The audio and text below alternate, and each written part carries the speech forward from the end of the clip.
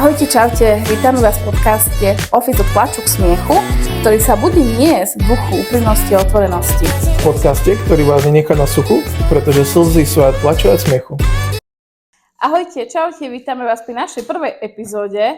Ahojte. Moje meno je Daniela. Moje meno je Adam. My spolupracujeme v jednej spoločnej spoločnosti a rozhodli sme sa spoločne ísť do takého nezávislého projektu a vlastne dneska sa aj pri ňom vidíme, ktorý sme nazvali. Ako sme ho nazvali vlastne?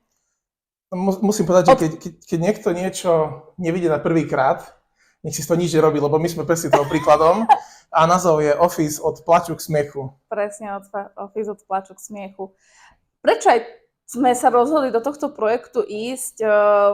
Nebudem tajiť, pracujeme obidva v spoločnosti s financiami, pracujeme v finančníctve, venujeme sa každodenne naozaj zakútiam našej práce, ktorá je každý deň iná a každý deň si nesieme aj to pozitívne, aj to negatívne, sú aj veselé dni, aj smutné dni a rozhodli sme sa, prečo sa o nej nepodeliť takouto inou časťou. Nebudeme veľmi vzdelávací možno. A skôr tak zo života by som to tak nazval, že veci zo života. Takže zo života, čo nás stretáva, s čím sa potýkame a hlavne my sa budeme snažiť do toho budúcna vniesť niečo pre nás ako obchodníkov, to znamená, ako to vyzerá v rámci toho účtovného sveta, ako to vyzerá z pohľadu Národnej banky Slovenska, ako to vyzerá v prípade riešenia poistných udalostí, kde už riešime hlavne odvolania, ako sa to týka nás a ako týka sa to nás, keď z tejto práce odchádzame, či už na nejaký ten dôchodok, alebo keď na nejakú tú matersku, čo sa týka hlavne žien. Čiže také bežné veci zo života, presne, ktorí sa potýkajú ľudia v kanceláriách, ktorí pracujú a tak ďalej, takže verím, že to bude pridanou hodnotou pre posluchačov. Aj tých, čo to budú pozerať alebo počúvať iba, tak verím, že si tam nájdu niečo svoje, inšpiráciu nejakú, alebo že niečom budeme kvázi, by som povedal, že napomocný. Alebo takže tak. Poprosíme o chvíľku strpenia, my sa doladíme. To je prvýkrát, čo takto sme sa stretli. Takže dúfam, že každá epizóda bude lepšia a lepšia. No a o čom bude prvá epizóda? No asi o tom, že kto sme. Áno. Odkiaľ sme prišli. To asi každého bude z vás. Čo vás bude zaujímať. Tak myslím, že na úvod, aby nás diváci spoznali, tak to bude pre mňa tak dostatočné na to, že na také odštartovanie tohoto celého. Tak. No Adam, začni ty. Daj to ty. No Adam, kto si? Skús ty prvý. Tak budem originálny, volám sa Adam a som z Košíc. Čiže, aby som tak seba opísal v podstate, tak prešiel som si veľa vecami, čo sa týka napríklad tej práce. Nebol som ten kancelársky typ človeka, že by to stále mal iba v tomto mode, ale pracoval som v rôznych veciach, dajme tomu, že od nejakého fotenia, nejaké administratívy a skončil som v robote, ktorú som nechcel robiť a som tu už 5 rokov, takže čo sa týka pracovného sveta, tak aspoň na úvod takto. Povedz niečo ty trošku o sebe a potom možno budem pokračovať aj ja. Tak začnem takisto originálne ako ty, moje meno je Daniela, som Košičanka žijúca v Prešove, v veľmi peknom kraji, tak ja som začala v oblasti financií už tak dávnejšie, cca 9 rokov dozadu. Je tomu. Skoro raz tak, jak ja. No, už to je nejaká doba, síce je to stále krátka doba, ktorá ma čaká predo mňou do dôchodku predsa len ďaleko. Áno. Ale ani nevnímam tie roky, že nejako ubiehajú, lebo je to zo dňa na deň, takže v oblasti financií sa pohybujem okolo 9 rokov, predtým som samozrejme tiež pracovala v rôznych administratívnych firmách, boli to síce kancelárske práce, stále. Ty si ideš v tomto mode stále. A ja si stále idem v tomto mode. Mne sa tieto kancelárie veľmi páčia, mne sa páčia každý trapas, ktorý sa stane v kancelárii. Ano. A povedzme si úprimne, najviac životných skúseností človek nabere práve v tej kancelárii. Takže idem si stále tou kancelárnou prácou. I keď sa snažím to striedať teraz aj s tým terénom viac, aby som nesedela celý deň kôčka. Sme v kanceláriách. Tak je to 8 hodín sedieť, to tiež nie je bohvie čo, ale treba to vystriedať. Takže snažím sa ísť práve do toho terénu, i keď naši klienti častokrát nechcú a chcú práve prichádzať do tej kancelárie, takže má to aj výhody, aj svoje nevýhody.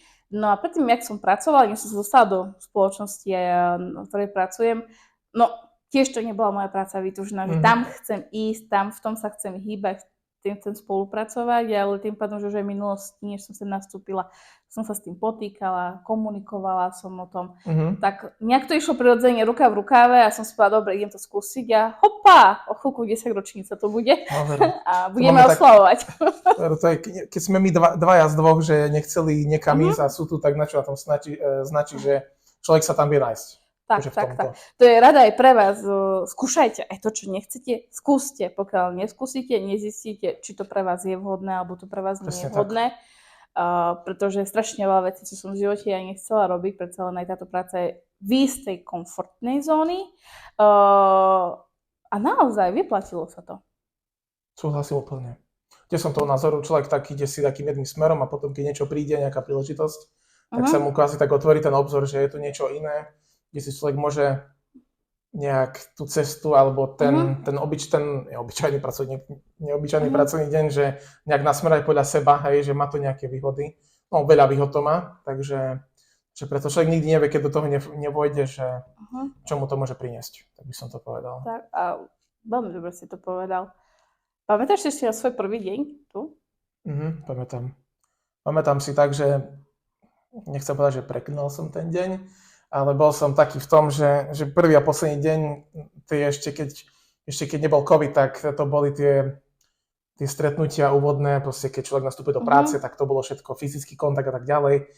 Tak som si povedal, že neviem, či vydržím tých 12 stretnutí absolvovať, že to jedno už bude pre mňa veľa a končím. No ale nejak už potom, keď išli tie dni, tie školiace, akože nie dni, ale týždne, tak človek si už povedal, že už keď som to začal, tak už to dokončím a stalo sa z toho jedného dňa, ktorý som nechcel tu byť 5 rokov, hej, takže že stále sa o tom pobavím, hej, že som tu bol kvázi donútený prísť robiť, alebo sa zúčastniť tohto tu niečoho, takže zbehlo to veľmi rýchlo. Tak, ale fakt ten prvý deň je o tom, že buď utečieš, alebo ostaneš. Ako fakt ten prvý deň, tých 24 hodín je o tom, či to človek vzdá, alebo to nevzdá, že donútený prísť sem robiť, no robiť. Tak je tam to, že ideš domov s nejakou myšlienkou, a buď ťa to, keď sa vyspíš, prejde, alebo si povieš, že to je hlúposť, alebo povieš, že dobre, že dám tomu šancu. To je skôr tak. Takže pamätaj v každej práci, hoci aké som bol, či boli by nejaké brigády, alebo hoci čo predtým, tak to bolo tiež o tom, hej, že človek si dá plus minus, hej, či to chce skúsiť, nechce a tak, no. Tak, aká bola tvoja prvá práca? Práca či brigáda? Alebo brigáda? No ja som robil v pekárni. Pekárni, to bolo úplne prvé, hej? Nie, počkaj. Prvé boli tie, čo som zbieral uhorky, ale to ešte boli slovenské korony, to bolo mi dávno. Ale potom bola tá pekáren, to bolo som, nie že prinútený, ale chcel som si niečo svoje zarobiť. No a potom po vysokej škole, keď skončil, tak som išiel. Tá administratíva, marketing a v podstate tie noviny, to som nevravel, ale fotil som aj pre jeden košický denník a aj písal články, takže som si preskakoval úplne, že iné odvetvia, ale presne tak, keby som si dal tú hru Sims, že si človek môže vybrať, že čo bude robiť, tak čisto to je akože takým modom som šiel do toho, že furt dačo. Ty si už viac toho prešiel, z každého odvetvia pomaly. No, to dobre si to A ty si mal tiež takú striedačku, či nie? Ja som asi v tomto bola veľmi taká jednou cestou, takou jednou linkou, ale tiež ako začínala som s tým, že som ako ty si bol zberať tie uhorky, ja som tiež chodila zberať zemiačiky, čo iné sa robívalo v tej dobe. Ale prešla som plynule na to, že som tridila poštu na pošte, robiť po nociach v rôznych obchodných reťazcoch, hej, rátať kusy týchto vanilkových cukrov a potiť sa pri počtoch a skúškach matematiky. A takéto prvá práca, že fakt taká práca, tak to bolo práve prostredníctvom opatrovania. Som opatrovala detičky, bolo to na západnom Slovensku, kde som zotrvala nejaký ten čas a odtiaľ som sa fakticky už presunula priamo do administratívy a už tam som nejako zostala, vypracovala som sa vyššie a odtiaľ som išla sem, takže ale viac menej nebolo to také, že by som preskakovala viac tých odvetví, že by som mala nejakú tú skúsenosť. Že niekto utečie stade tam a sa nevráti, ale ty si prišla naspäť, takže ja som prišla verná východu. Super. Tak mojím takou myšlienkou bolo, ja som odchádzala, priznám sa, ja som odchádzala, keď som mala 14 rokov na západ. Odchádzala som s tým, že idem tam na strednú školu, že už na západe aj zostanem. Čo nechcel, aj som bola na tom západe, aj som pracovala na tom západe a stále ma to tiahlo na ten východ. Stále ma to tiahlo s tým, že tam nie je to miesto, kde si ja chcem založiť tú rodinu. Je to miesto teraz pre moje nejaké burlivé obdobie života, A všetko, čo sa stalo tam v tom mojom burlivom období života, chcem, aby tam zostalo a seriózne sa chcem vrátiť na ten východ, chcem pokračovať a chcem tu pracovať, lebo fáma, že na východe nič nie je, to nie je pravda. Je toho tu veľa a chcela som práve byť na tom východe a zažiť tie krásy aj tých ľudí našich. Takže chcela som sa vrátiť na ten východ a urobila som veľmi dobre, že som sa vrátila na ten východ.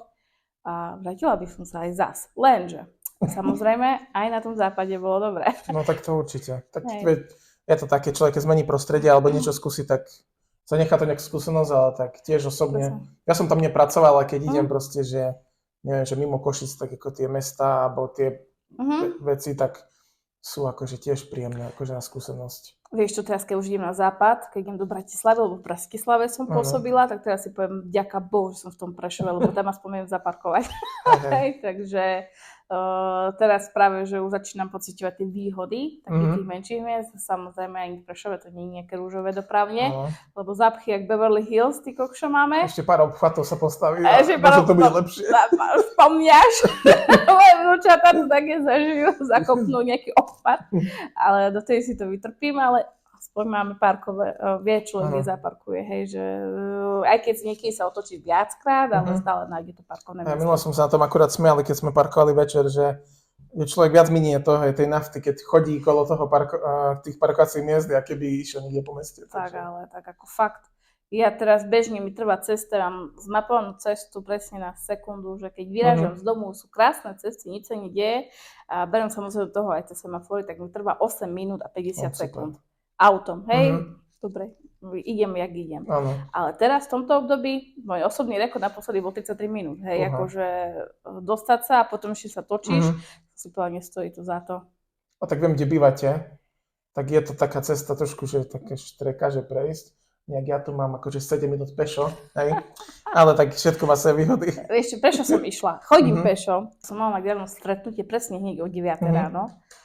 Ale ako dám si, robím si prechádzku, no však to nie je to tak ďaleko, je to 48 minút pešo, akože nie je to ďaleko, ale keď sa ráno ponáhľaš do tej roboty, že si máš kabelku, máš notebook, si ovešaná práve taškami, čo máš na obed pripravené veci, do toho nesieš nejaké papiere, do toho nesieš nejaké šanóny, čo si mala doma ešte po večeroch, tak akože ideš tam ovešaný jak tento, tak to samozrejme už tá hodina pešo, čo ideš, ešte máš oblečená si nejako, ešte že nemáš podpätky, mala som podpätky, tak už samozrejme prídeš taká zničená, že ako prídeš na to stretnutie a prvá otázka toho klienta je, nepočkáme 10 minút a nedáme si kávičku.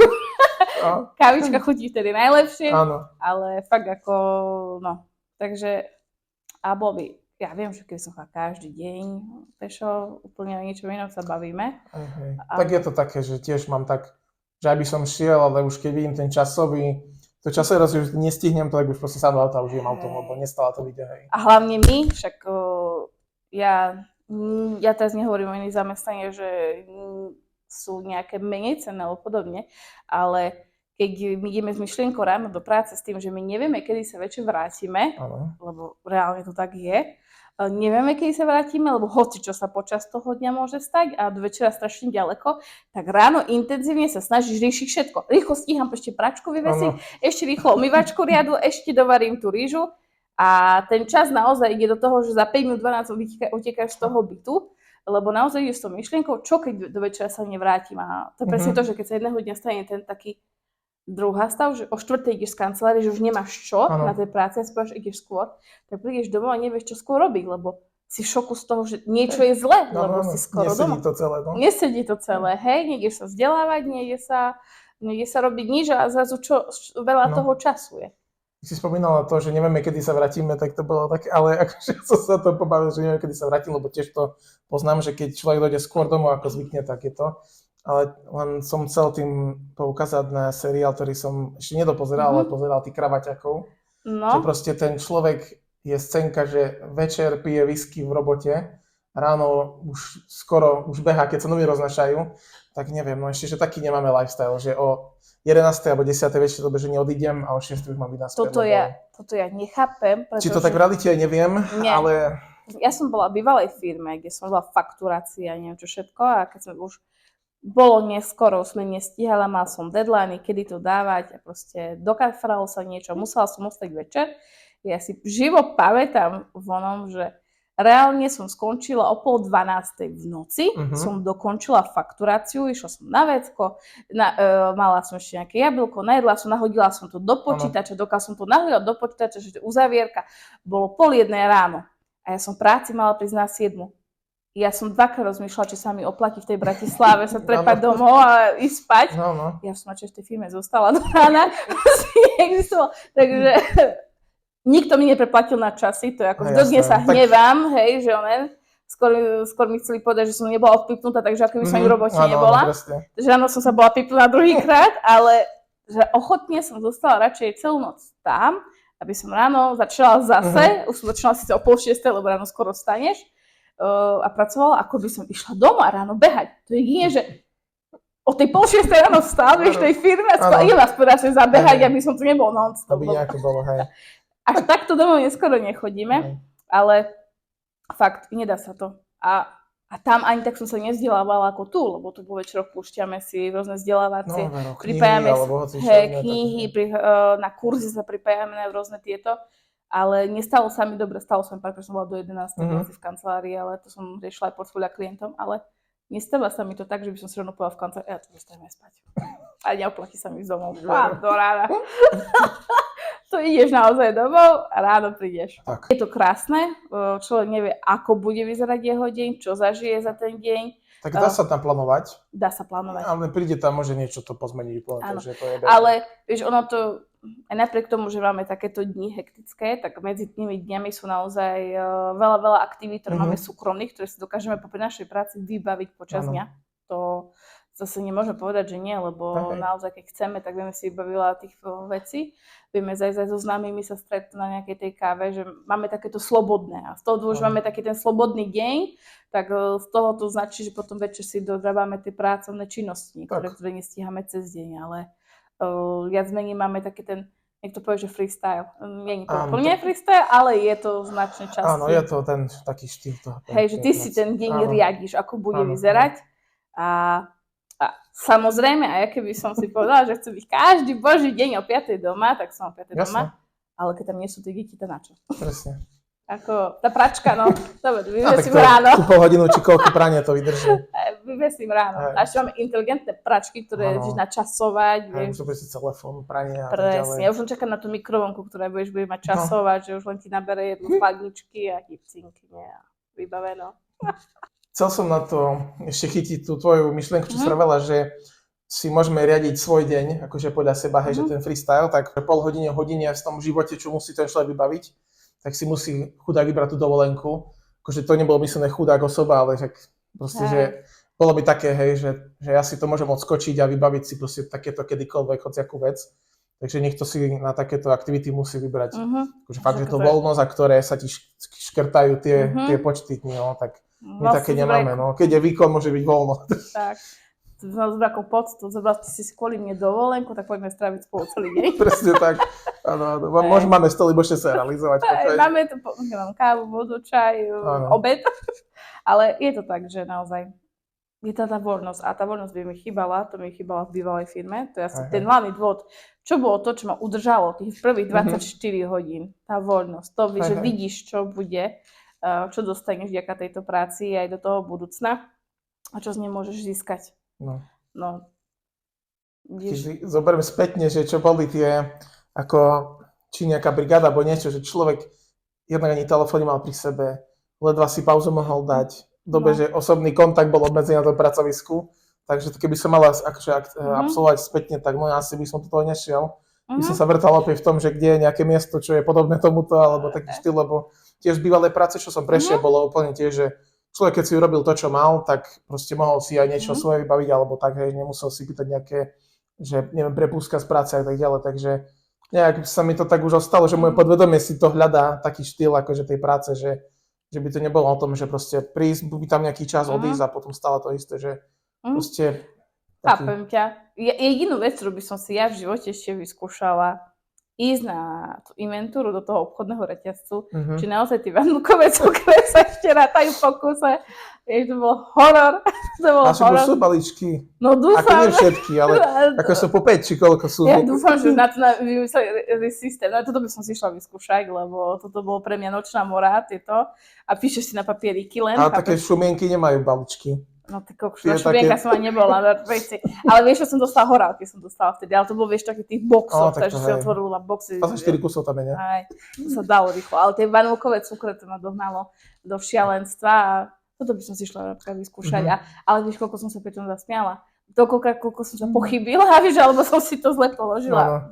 To bola nočná snov, takže to by som si išla vyskúšať.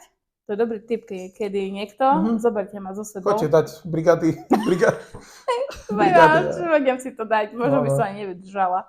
Však to je, jak sme boli v tej Budapešti. Áno. Vlastne, no, my dvaja sme sa aj spoznali. My sme sa spoznali v Budapešti, no. V jednej spoločnej firme spoznáme sa v Budapešti. Tak to bolo tiež pár rokov dozadu, neviem, či to bol 2016-17 rok to mohol byť. No, tak, takže to je 8 rokov dozadu. No. Čo dosť. Tak v podstate áno, lebo ty si začala, tak to bolo v tom období možno, nie? No ja som v 2015 prišla. Tak potom 16. A potom 16. na Vianočné trhy sme išli do Budapešti, áno, spolu. Vďaka tvojej partnerke, áno, fakticky. Takže tam sme šli 4. Áno. Takže ide s nami Daniela a jej bratranec, no super, nepoznáme sa, dobre, ale toto pozrieť dokvitlo až do tohto tu, hej, takže... Ale jak ti bolo dobre, pre mňa to bol nezabudnutelný výlet. Tak Vianočné trhy, akože spoznať nových ľudí a tak ďalej, zažiť vtipné príhody, ako rozrehotať Danielka, rozrehotať celú električku, takže tam neviem, možno doteraz sa tí ľudia smejú. Ale ja si z toho nesiem kopec pozitívneho. Sranda na tom, že nevieme, jak to vzniklo, hej, ale proste bolo to zabavné, no. Ja vôbec netuším, čo to vzniklo. Ja už si pamätám len ten smiech. Totiž to so mňou je taká super historka, každý, kto so mňou ide na výlet, že na čo sa musí stať a z toho bude záchvat smiechu alebo plaču. Takže zo do okolností 90% to je záchvat smiechu. No. A toto akože fakt, prvýkrát som zažila, som sa iba vo filmoch sa deje, že celá električka sa kompletne smeje. Tam asi nebola ani osoba, čo by sa nesmiala. Bolo to príjemné. Tak bolo to príjemné. Také pekné. To už aj zima nás prešla. Áno. Ale musíme si zopakovať. Ako, už asi dneska by som nerozosmiala tú električku. Tak to, možno keby to bola nejaká téma zaujímavá, tak možno. A už neviem, čo sa stalo. Musím priznať to, čo sa vtedy stalo. Možno bude vedieť bratranec. Hej, no, vieš čo, to nie. To nepamätám, čo bolo pred týždňom, je to v Budapešti, čo sa stalo. Ale no, vďaka Budapešti, dneska sme tu. A dneska vďaka tomu fungujeme a vďaka tomu chceme sa aj s vami podeliť práve aj tieto vtipné historky, ktoré sa nám stali počas práce. Bolo ich veľa. Bolo veľa aj trapasov. Nechceme sa tu hrať na nič také, že sa to nedie, proste sa to deje. Presne tak. Podeliť sa s niečím tým, čo vy sami zažívate a zažili ste, ale máte nejaké pocity alebo niečo z práce, povieme a tak. Tak, kľudne, ak niečo vás napadne, nejaké tie trapas, ktoré ste zažili na svojom pracovisku, kľudne sa s tým podielte, hoďte nám to do komentu a my si radi to prečítame, pretože my sa podelíme aj s našimi. Určite ja si myslím, že strávená polhodinka s nami bude aj znamení či nejakých nových informácií, ale aj smiechu. No však ja presne, akože to som, že tie zažitky alebo niečo vtipné z roboty. Tak budeme radi, ak nám niečo hodíte do komentáru, kľudne sa podielte. My ďakujeme, že ste boli s nami pri prvej našej epizóde. Ďakujeme, že nám dáte šancu v tomto prvom dieli sa niečo o nás dozvedieť a v podstate v čom to celé bude takto spočívať. A určite dáme do popisu tohto videa alebo podcastu dielu, kde nám to všetko môžete zaslať. Ďakujeme my, no tak pekný deň. Pekný deň. Akurát máme 17:01, ideálny čas skončiť. Výborne. Čaute. Ahojte.